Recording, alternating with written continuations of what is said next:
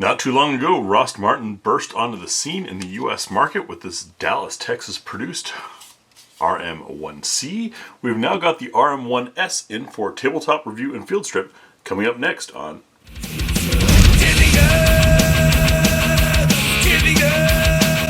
Start off with a little bit of a backstory, origin story, because if you're like me, you wonder how a company just bursts on the scene out of nowhere with a complete handgun and all the manufacturing and design and things, and wonder, can you trust a newbie? Well, it was said initially that Rost Martin worked a bit with RX or RX out of Slovenia.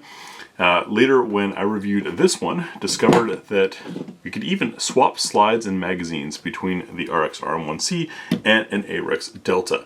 What's the difference? Well, we have a change in ergonomics for sure. The trigger feels slightly different. We'll get more into that later in the tabletop. We've got some feature sets and designs that I think are an improvement and an update to the ARX Delta.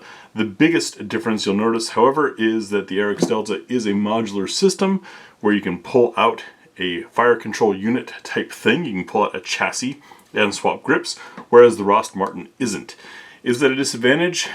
Well, originally would have said yes. The thing is, it's proven, and SIG has been fighting long and hard for this, that folks just aren't really taking advantage of chassis type systems.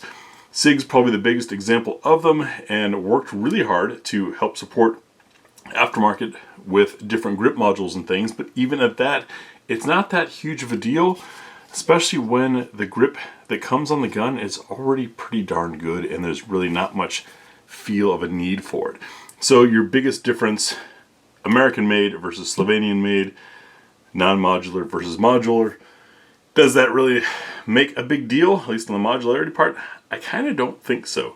But enough about the ARX, just wanted to explain that because I'm sure some of you are like me and were like, wait a minute, how does a new handgun maker just appear? That's not something we're used to seeing. It's a good thing to see, but not something we're used to. And now on to the Rost Martin RM1S, S as in subcompact, which is the size that we're kind of seeing everyone return to. We've got a 3.6 inch barrel and the option of a flush fitting 12 rounder or with the sleeve a 15 rounder. And it's kind of an entertaining size to get back into if you think about it. Compacts, the 4-inch 15 rounder, was the big deal for quite some time until the micros came out, and everyone tried the micros and said, you know, this isn't really the most fun thing to shoot. Then the slightly bigger micros came out, and slightly bigger micros came out, and even more evolutions beyond that, and now we're back to about this size. And if you're someone with a hand of any size, really, you might notice that the standard approximately 1.3 inch, that's not the measurements of this gun per se, but I'm saying in general, about a 1.3 inch wide grip is what tends to fit nicest. And your micro compacts take that down to around 1.1, sometimes 1 inch-ish. And that's when they start to get a little too thin. So you see what we had in the box so far. We do have our 2 additional back straps. Wow, that large one really does swell it, doesn't it? And a metal, that's right, metal mounting plate for the optics. This is optics ready. And next, as always, we'll take a look at the manual. If you're new to the channel, welcome. I take a look at the manual for 2 reasons. First off, it shows us how much the company wants you to understand the firearm. And the better written a manual is, to me that says the more they care about us, the end users. Reason 2 is so that when I field strip this thing, YouTube doesn't have a connection bit thinking that I'm assembling your gun or gunsmithing. I'm showing them by flipping through these pages that what I'm doing is end user level stuff. Now back onto what's useful for us humans. The manual itself, very nicely done. We've got some good clear images. Font maybe a bit small, maybe my eyes are just getting old, but it does explain things pretty well. They went with the photo approach, but then used a little bit of color to augment things. As far as ammunition restrictions, since this is a sub 4-inch barrel, you might be wondering, can it run plus P? The manual says to stick with SAMI spec ammunition, and the good news is plus P is SAMI spec. I also found some notes and details in here that are quite well written for the newer shooter. So if you're someone who is still learning some of the basics or wants a good refresher, it appears that Rost Martin cares about that, and they've included quite a bit of information in there. They even had some of their generous spots on lubrication and troubleshooting, etc. Nicely done there. Let's take a look at the gun. Now on to taking a look at the gun. That flush fit mag, oh, and you do have a little detent, or not detent, but a little undercut there.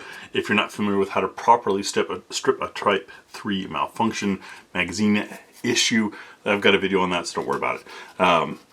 But that leaves, for my XXL glove hands, the pinky freely in the clear, although you do see we have a nice scoop here to really help hold on. I love it when there's a little bit of toe kick there. That tends to help control against rise. See how our 50 rounder goes. There we go, that's a whole hand with a little bit of space back here. Some people don't like that. I actually like it because, as you notice, I've got some meat in my hand there. We might have already spoiled it, but with the gun clear and slide lock back, do we get magazine release or ejection? We get some ejection. You see that kick? That's like checking air pressure. Although, oh yeah, definitely came out with a little shorter in there. There we go, now you get some actual kick. I like that, and I'm using the magazine release from both sides without issue. They're both dropping free very nicely. And I discovered with the previous that the Lyrex Delta magazines do indeed fit and work. However, they're going to stick out a bit below. If you ever use a magazine like this that is longer than the grip, just be careful on your insertion that you're not mashing in there. Stop it where it clicks. Don't beat on the bottom of it, because then you run the risk of smashing either feed lips against the bottom of the slide or putting wear and tear on the little notch that is the catch. All kinds of negative things can happen. That's why little sleeves like this are here. This is actually serving as an over insertion stop. The mag part out of the way, how does the right side slide stop release lever work? Nicely. This is something that some companies struggle with because really the catch is happening on the left side of the slide, and so whenever they put an ambi thing on there, there's a risk of some torsion there. Oh, a little stiff that time, but I think it'll be functional, certainly better than many other guns that I have tried this on. Coming up front, you can see, wow, nice beveled crown there. It's a little target crown.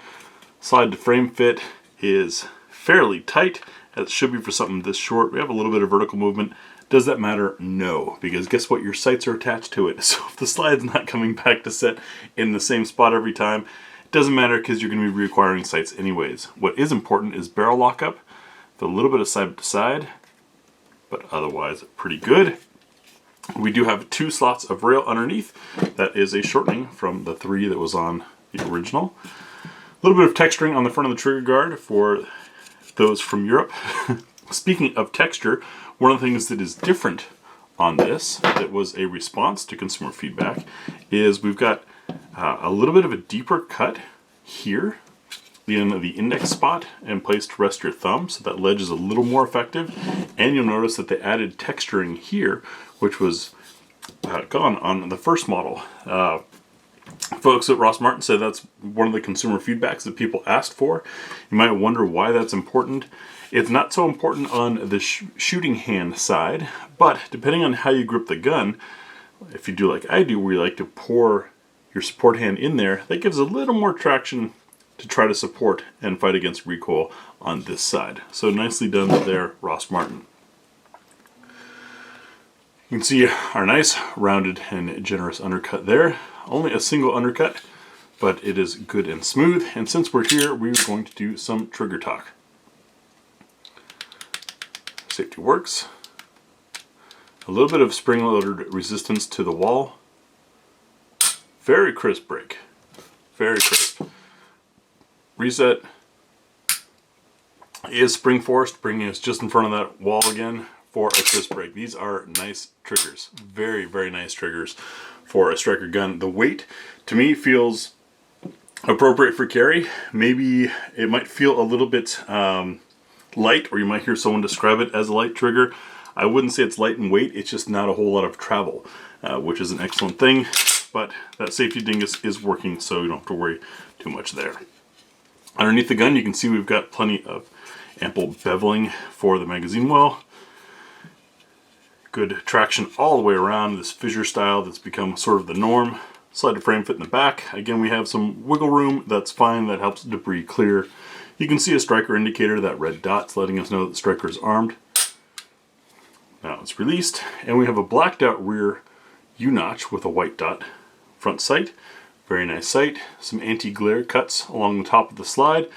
I have only a couple times in my life ever experienced anything remotely close to glare from the top of the slide, but I also shoot in the Pacific Northwest, so maybe it's not that big of a deal up here as it is in other states. We have a witness window to serve as a loaded chamber indicator. I know that in today's dot age, some people are upset about that also being a vent to spew stuff onto the glass of your dot. I say, well, then don't run a dot, but whatever. You notice that we've got enough room back here that the dot is actually a bit rearward of that vent. So hopefully, depending on your dot's glass angle and size, that'll be less of an issue on this. I've seen other guns where it seems like the plate is like right up here. So it is nice that things are moved back a little bit. Serrations are good and deep. They're not sharp, but they certainly grab on. It's been amazing to see how we've learned somehow, even though handguns are a new thing and hands certainly aren't a new thing, that these broad but deep serrations like this are more effective than having really fine close together ones. It just allows some flesh to get in there, which really works. Next, we'll field strip the Rost RM1S and take a look inside the gun. To field strip the RM1S, we're going to check for clear, which of course you do have the witness window, but I always like taking a look inside. And we've got the takedown levers on both sides. Like other guns, however, this comes apart a little bit different. It comes apart like one of Bubitz's designs. After checking for clear, we're going to release the striker. You're going to pull down on the takedown levers on both sides while you bring the slide back a wee bit,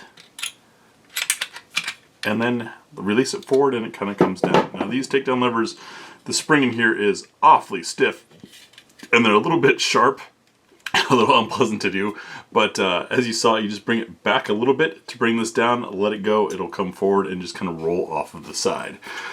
Now we can take a look, and that is done because you can't slide it all the way forward. This is closed off back here. Like I said, one of the Bubitz gun's original designs was to do that, to reduce the amount of ingress points for dirt into the gun. And this lets us take a look inside, and this is where all the people say, oh, it's a Glock clone. Have to cry because you're wrong. It's not a Glock clone. Folks, Glock was 30 years ago. Gun design has advanced quite a bit since then. We have a different setup here. And as I showed in my original video, if you take a look inside one of these and an Arex Delta, you'll see that we have almost the exact same. Things are slightly different in a few places, but I like that because it should make for good parts interchangeability. I've never seen nor had any reason to believe that either one of the guns would have any failure or need for parts, but it's always a great thing to have parts available. Now, before taking our slide apart, beautifully machined, and you see we do have an internal extractor. Cue the internet battle argument of internal extractor versus external extractor. So we're going to remove our recoil assembly, which is a solid one piece. Nicely done. Is that a little piece of polymer on the end? It must be. And a flat spring, and then tap the barrel down. There we go. To bring it forward and out to release it, because it's a standard Browning action. But you can see everything is very nicely machined. Since we have our barrel out, and now I can give you a better look, I think, at that crowning. It's really nicely done. I love that. This crowning, by the way, folks, is meant to originally to protect the rifling in case the firearm should ever take an impact on the front, so you're not messing up the rifling at the very end. Having these angled cuts like this is kind of a stylish thing, but I love it. But since we're here, we can do our chamber fitment check. And we'll be doing that with a piece of Liberty Ammunition Civil Defense. This is a nickel-plated round that helps with corrosion resistance, especially for a round I'm going to handle a lot. It also reduces friction a little bit. And we're going to be dropping this into the chamber, listening for a plunk, just like that.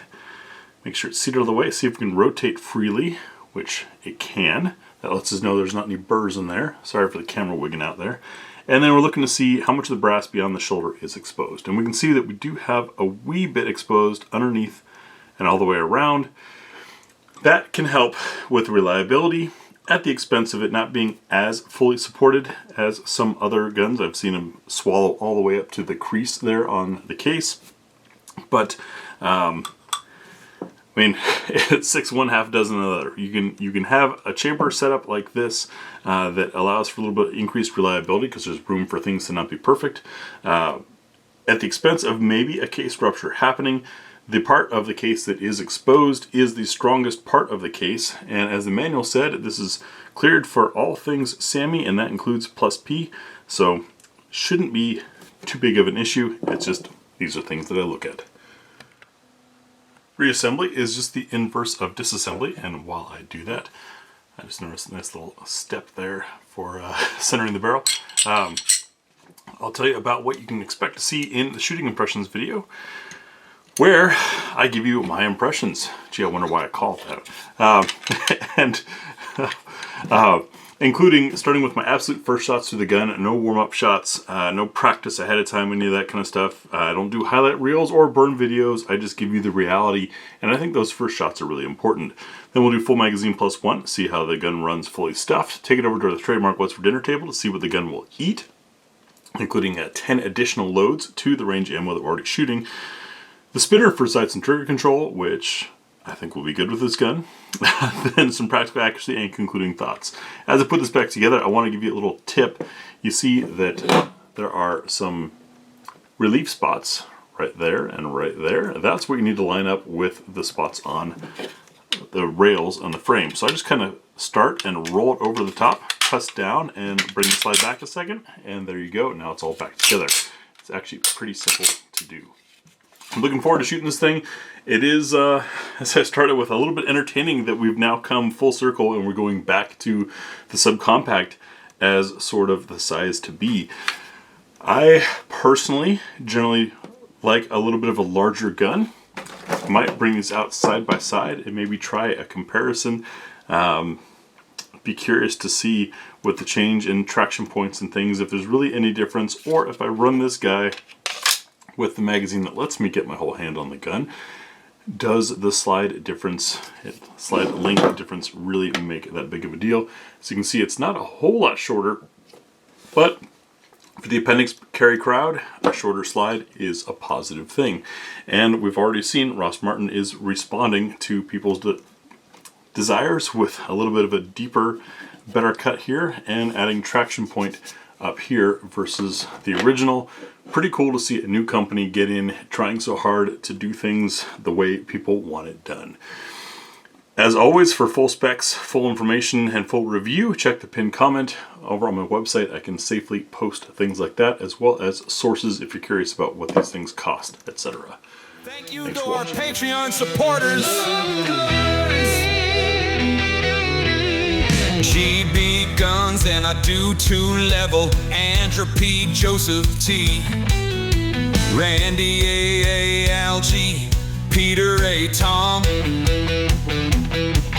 Moses S, Fast Steady, Tyler 215, Brian P, Scott King, Derek S, Jr., Donald H. Thanks for the tip, Lever.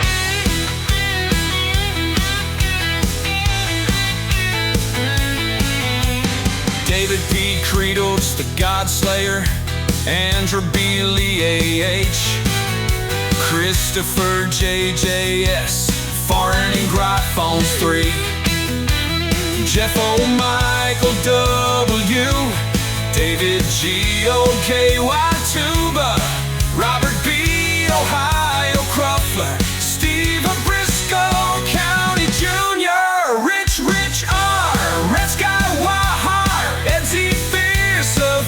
Cease, Uncle Munzie, David F., Alan B., Laura P., Andrew C., Tata Joni.